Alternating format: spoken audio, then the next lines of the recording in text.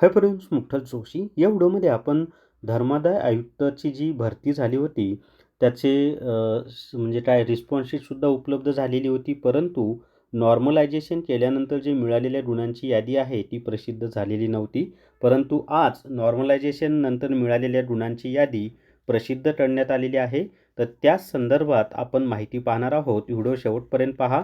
या व्हिडिओला सर्वांनी लाईक करा, शेअर करा आणि विठ्ठल जोशी जे आपले यूट्यूब चॅनल आहे ते सबस्क्राईब करा.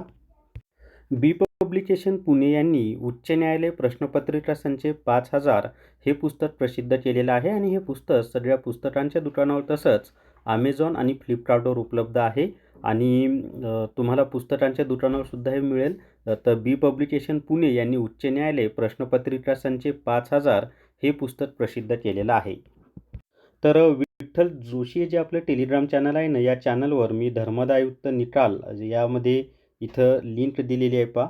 या लिंकवर टच केलं की एक नवीन विंडो ओपन होते, जी की आपली धर्मादाय आयुक्त महाराष्ट्र राज्य यांची लिंक आहे.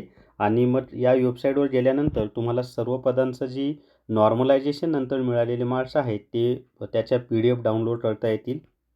आणि जर तुम्हाला डायरेक्ट PDFच डाउनलोड करायचे असतील तर आपल्या विठ्ठल जोशी टेलिग्राम चॅनलवरच पहा, या ठिकाणी मी दिलेलं आहे की नॉर्मलायझेशन स्कोर, इन्स्पेक्टर तसंच सिनियर क्लर्क याची ही PDF आहे. त्याच्यानंतर नॉर्मलायझेशन स्कोर लीगल असिस्टंटची ही PDF आहे आणि normalization score lower grade steno यांची ही PDF आहे.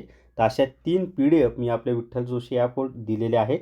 तर तिथे जाऊनसुद्धा तुम्ही डायरेक्ट तुमचे नॉर्मलायझेशन नंतरचे मार्क्स पाहू शकता. तर अशा पद्धतीनं हे नॉर्मलायझेशन नंतरचे मार्क्स त्यांनी दिलेले आहेत पहा. आणि या ठिकाणी हे लोअर ग्रेड स्टेनोग्राफरचे मार्क्स आहेत. आणि इथं marks after objection raw score असं त्यांनी म्हणजे प्रत्येकाच्याच PDFमध्ये असं दिलेलं आहे. इथं रोल नंबर दिलेला आहे.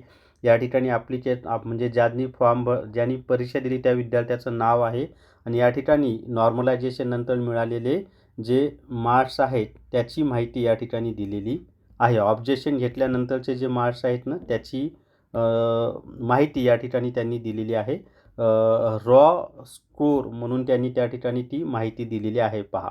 तर तुम्हीसुद्धा तुमचं नाव आणि तुम्हाला मिळालेला जो रॉ स्कोर आहे तो चेक करू शकता.